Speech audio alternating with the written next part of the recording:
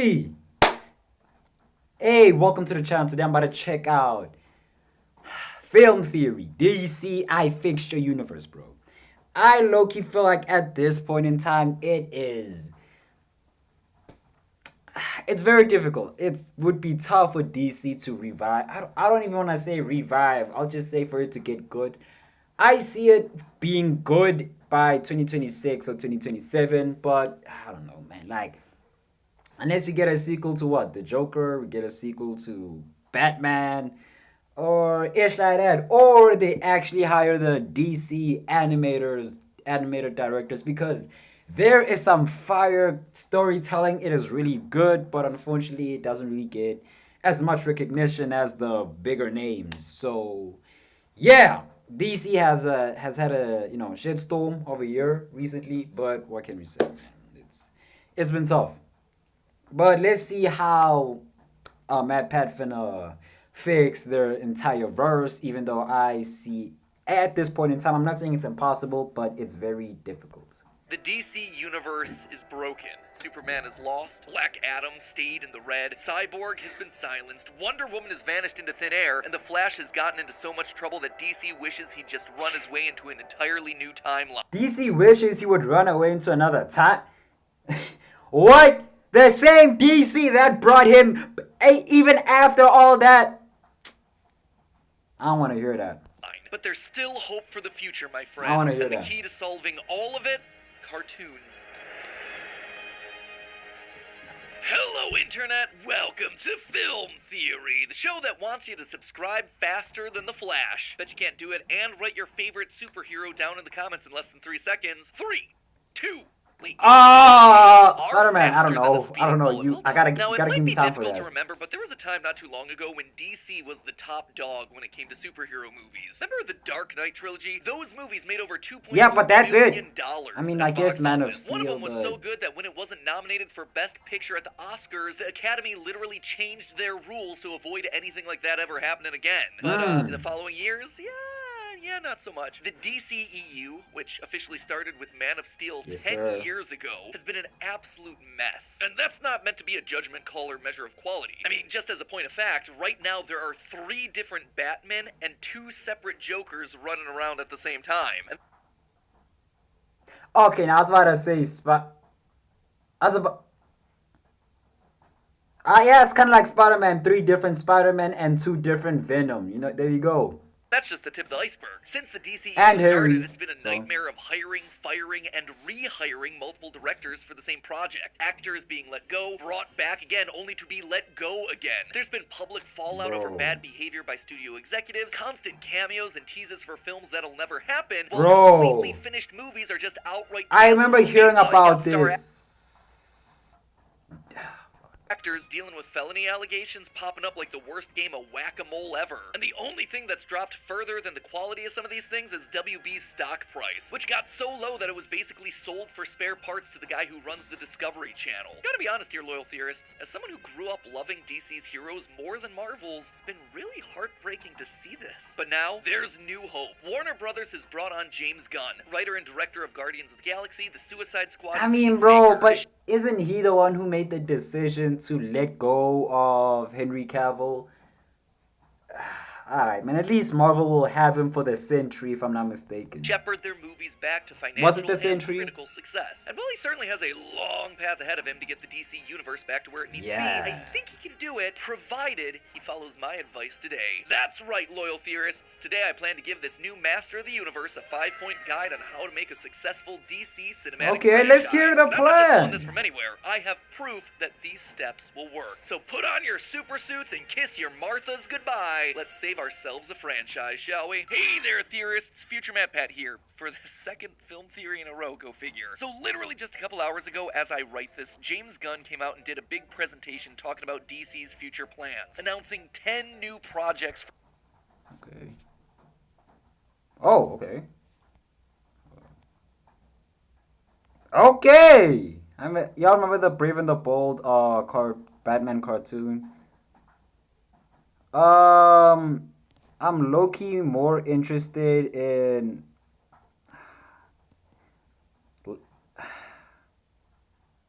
That's the thing, bro. I'm not even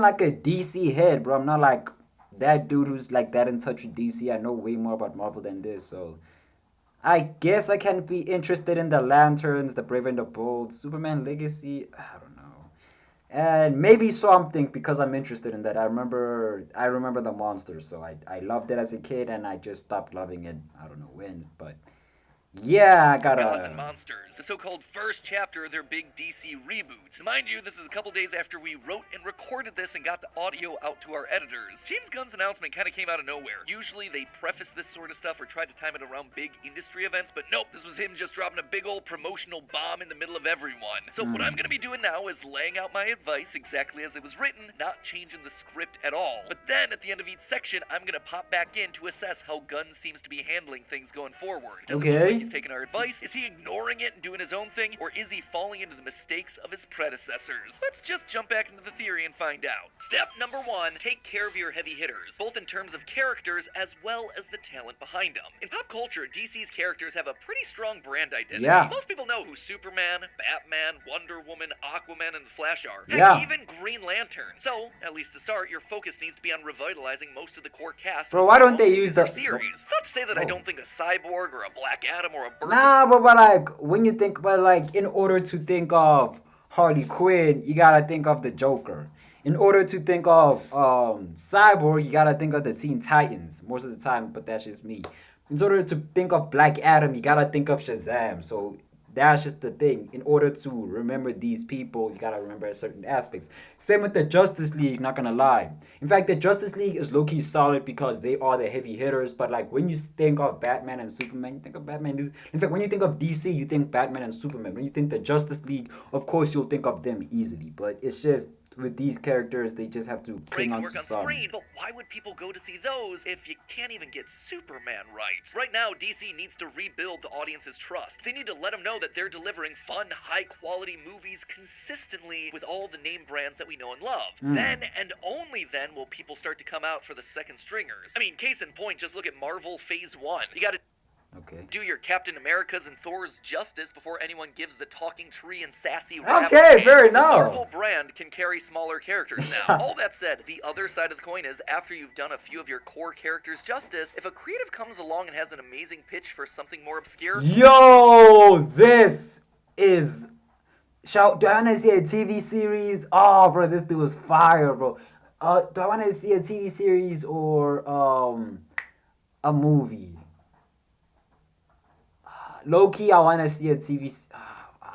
Bro, tell me what y'all want to see, bro. run with it. You may end up making C-list characters like Animal Man or the Doom Patrol into household Okay, names. I know And the we Doom know that Patrol, DC is but capable of this. Animal Look no Man. further than Shazam. It had a great story with a likable tone and a strong cast, and now you're seeing him enter the cultural zeitgeist more and more. Even more obscure? Before the Suicide Squad, no one had ever heard of a Peacemaker, but now True. he's played by a world-famous wrestler and has his own popular TV show. Facts. My mom has heard of Peacemaker. Again, Marvel has routinely done this. When they didn't have the rights to their biggest names like Spider-Man or the X-Men, they looked at their second stringers. The core Avengers cast used to be the guys that cameoed in the Spider-Man cartoons. Now, they're all huge franchises of their own right. And I don't just mean Iron Man and Captain America here either. They've turned the Scarlet Witch, Shang-Chi, Moon Knight, and the Guardians of the Galaxy into brands that are big enough to carry their own films, TV shows, and theme park rides. Kevin Feige's gone on record saying that when they're deciding which characters to adapt, it doesn't matter how famous or popular the character is in the comics, only that there's great potential for a movie. Ooh! Story should always come first. Hey, bro, I'm sorry, bro. You can't. I'm sorry. Shang-Chi, love, respect, yada yada. But anytime they say Shang-Chi, I think of that skit of RDC because in that skit where they want like heroes that weren't used for like Phase 4, if I'm not mistaken, bro. They had Blade, they had Shang-Chi, they had Moon Knight, and then ever since then, bro, I never forgot about those characters. I looked up Moon Knight, and he was a cold mother. Boy, he was. Oh, bro. Then when I saw this TV series pop up, I didn't even know him. I didn't even see him in Ultimate Spider-Man. He was just there. I didn't even know who he was. But when I saw the TV series come out, bro, I was hyped. I was gassed. I was like, oh, shit. I don't even know who this is, but I've heard like a few murmurs here and there. Now I'm gassed for this dude. Right, Future Map Hat with the assessment. So, how's Gunn handling things? Well, it kind of remains to be seen. Though there was a big focus on projects like the new iterations of the core cast with Superman Legacy and The Brave and the Bold, there was also a surprisingly large amount of obscure stuff thrown in the mix. Swamp Thing, Booster Gold. Still, I think Gunn understands that they need to get their heavy hitters right. He told Deadline in one of the interviews, quote, "One of our strategies is that we take our diamond characters, Batman, Superman, Wonder Woman, and we use that to help prop up other characters that people don't know. And thus, we get ourselves creature commandos. So, in theory, in superhero theory, he seems to get it, but we'll see how things pan out. Which leads me to my next piece of advice. Number 2, trust the source material. The fans love these characters, and they have loved these characters for decades. There's a reason for that, and it's your job to understand why. What is the core value of that character to the audience? Okay. And then once you understand what that is, do not change it. There are so many recent examples of people using IP without any sort of respect for the source material. Isn't that right, Velma? For instance, Superman, the symbol of truth,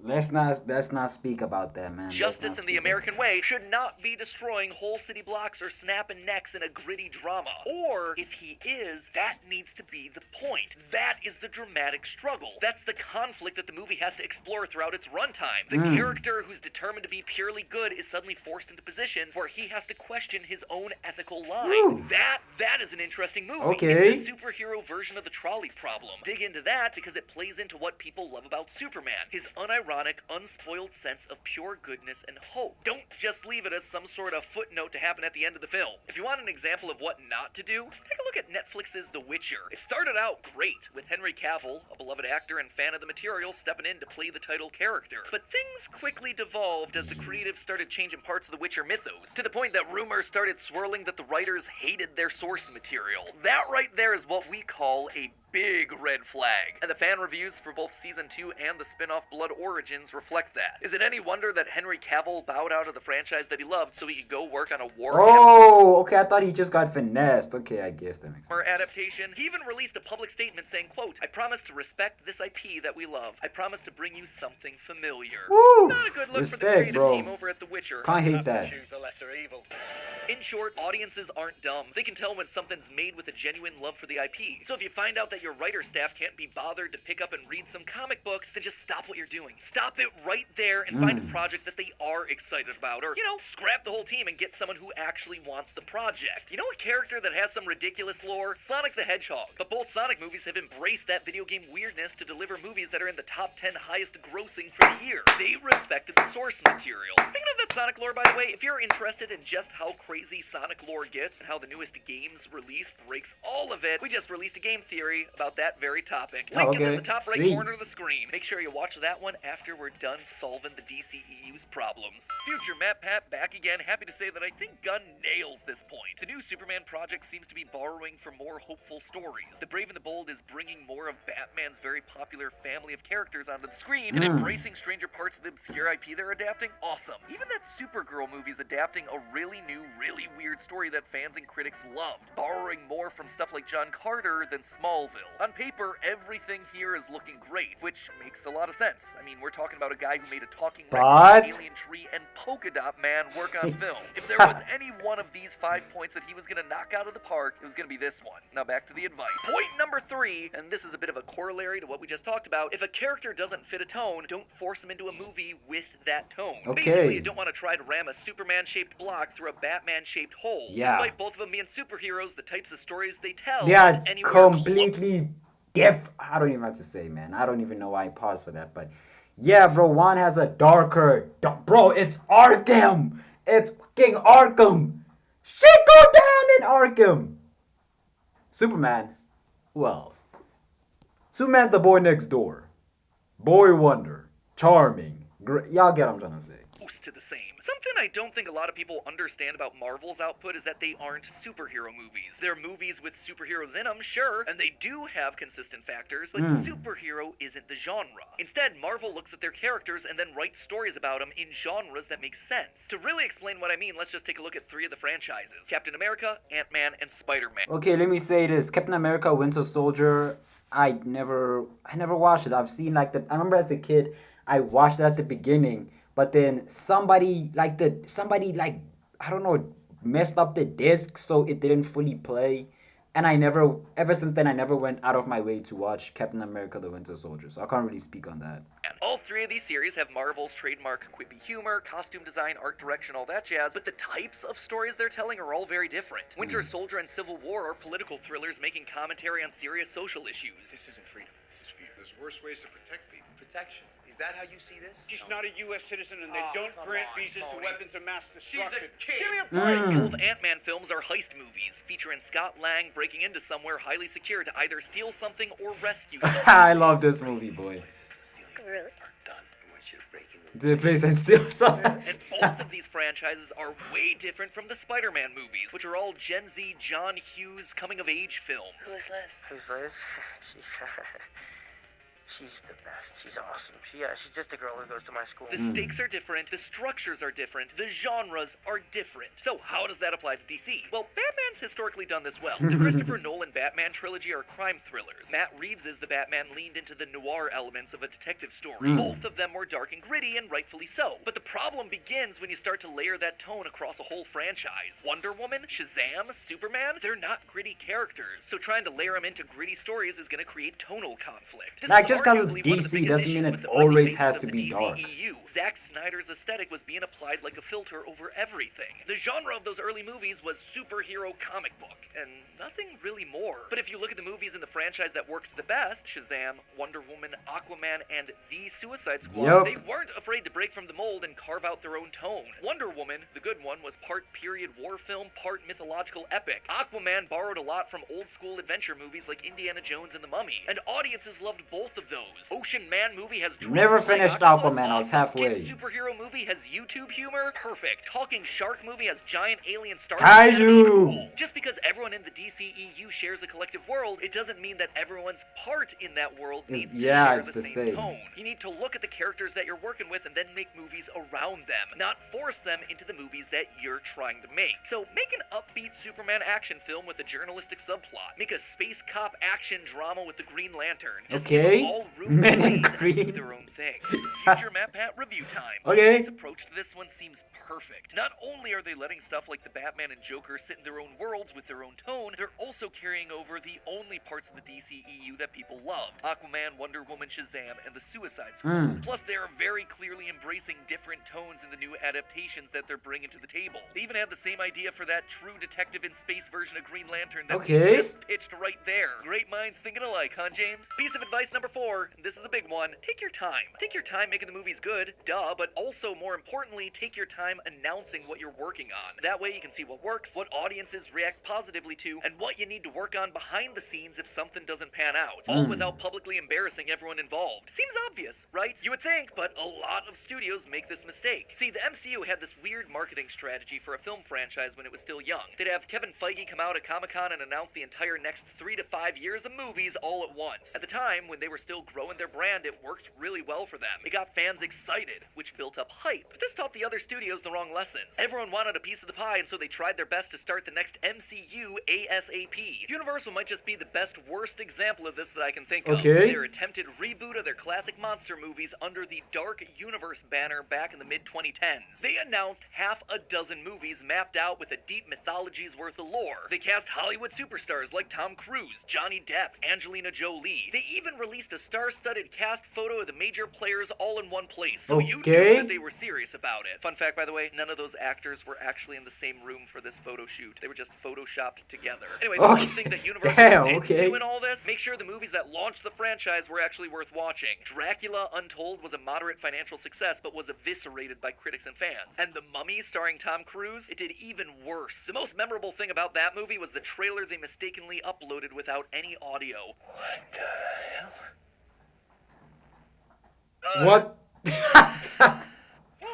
Yep, that was a real trailer uploaded by a real major movie studio. All in all, even with the exciting that's IP and tough. awesome star power they had That's lined tough. up, Universal did not take their time building up this IP. And as a result, people looked at the Dark Universe and said, I'm not interested in that at all.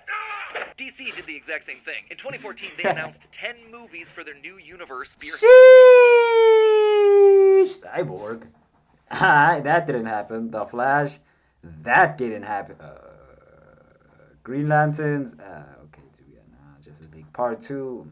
headed by Zack Snyder, ranging from Wonder Woman and Aquaman to Shazam and Cyborg. Some were as far away as 6 years. The only problem with this? They didn't actually wait to see how people liked the first couple movies. Cue the internal executive scramble, studio interference, replacing directors, shifting schedules, delays, cancellations, and public embarrassment. All for self-inflicted wounds that were totally avoidable. Warner Brothers didn't need to go out and announce 10 movies. They could have just gone with 3 or 4, seeing how people liked the first Exactly, and then like after that, you could build off it by throwing in these cameos and be like, okay, they got this tone. It's like beta test essentially, beta test.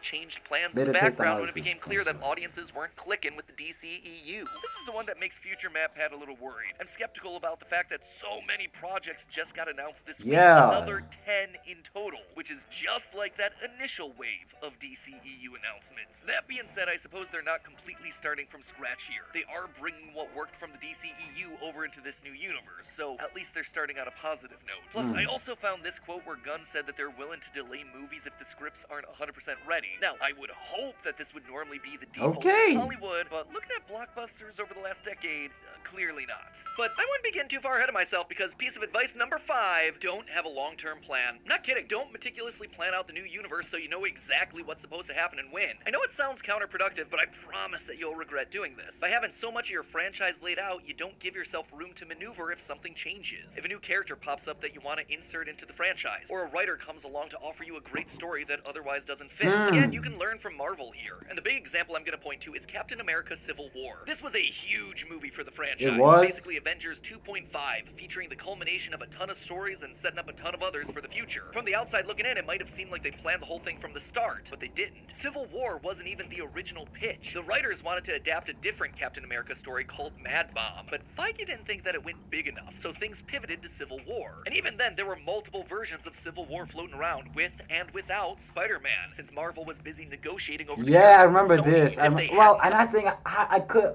No, I do not remember this. I remember it being announced on.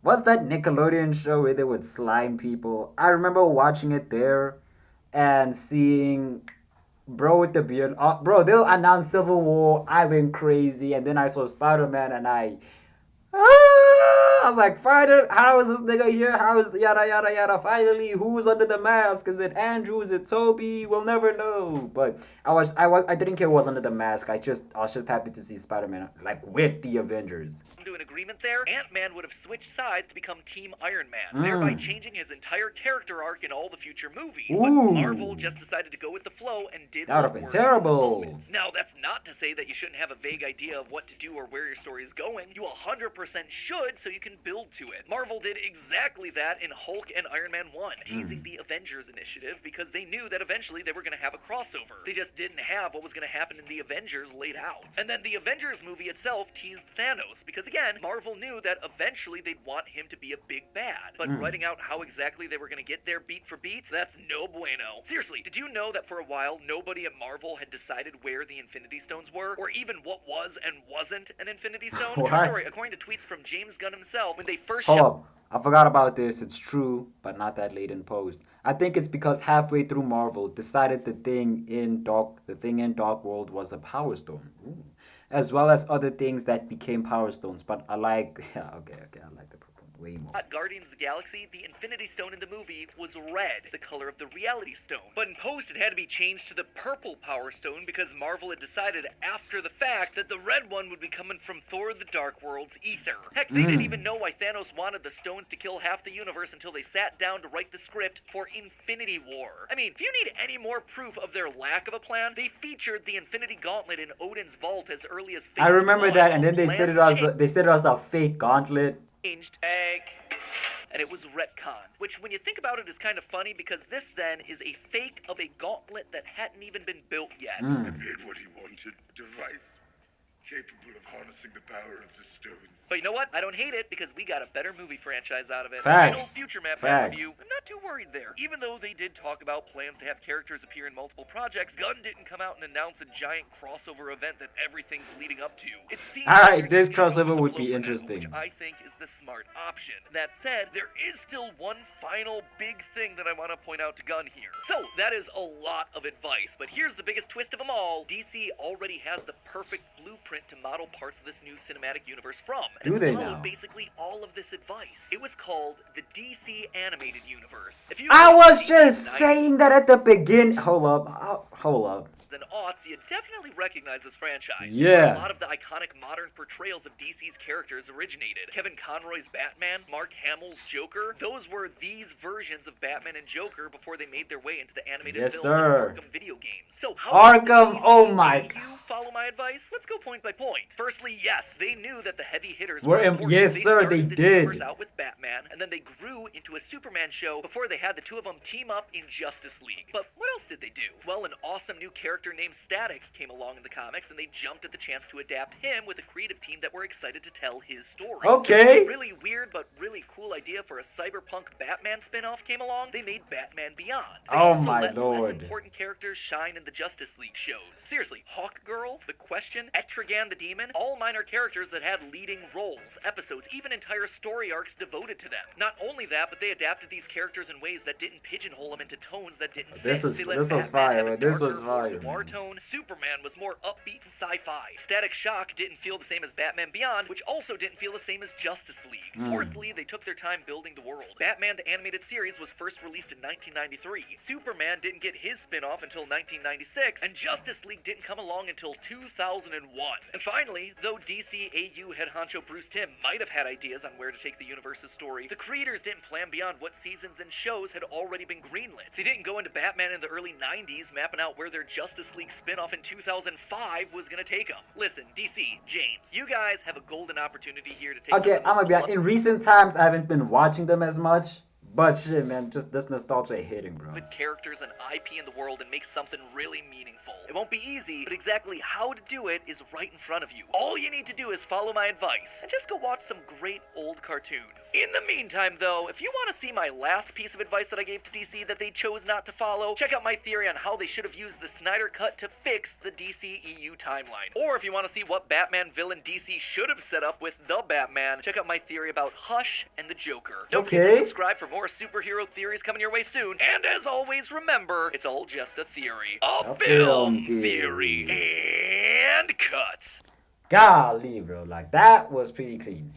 That, you know what, he is not wrong. But like, bro, let's be real, bro. DC animated, bro, it's crazy, bro. Shit goes down. It's fire. It's, bro, what the F? Like, I'm surprised that they're not taking somewhat inspiration from that and like using it. Like, it's, bro, what the F? Like, just the whole Justice League, like, they weren't, the chemistry was not there. Bro, the thing that I hate the most is the fucking Flash's run. Why does he run like, oh, it was inspiration from ballet. Get the fuck out of here, bro. Quicksilver's run. I'm not even talking about X-Men. Like, or even, you know, okay, let me say this. Quicksilver MCU, phenomenal run. The Flash series, yeah, it has its days, but they eventually get the hang of it from time to time. But you, what is this floppy disk thing that you're doing? Fucking annoys me. Damn. Fix that ish. That's my biggest problem, if I'm being honest. It annoys me. But yeah, man, like, solid points were made, like you said before. That is a plan that they should do. Like, I guess they should introduce newer characters because for the most part, I was not aware of those characters. Animal Man and what was it called? Animal Crossing Team or something like that. Animal Breachers, the Baggers. I remember Doom Patrol. I know Doom Patrol, but the Baggers, the Animal Baggers Crossing, whatever them. But yeah, man. With that said, man, if y'all enjoyed the vid, How do you feel about Henry Cavill being removed as Superman? Like, share your thoughts. Share your thoughts of yada yada. Y'all get the gist. What else should I react to? Let me know with that. But for now, I'm gonna see you guys when I see you guys. So, see ya.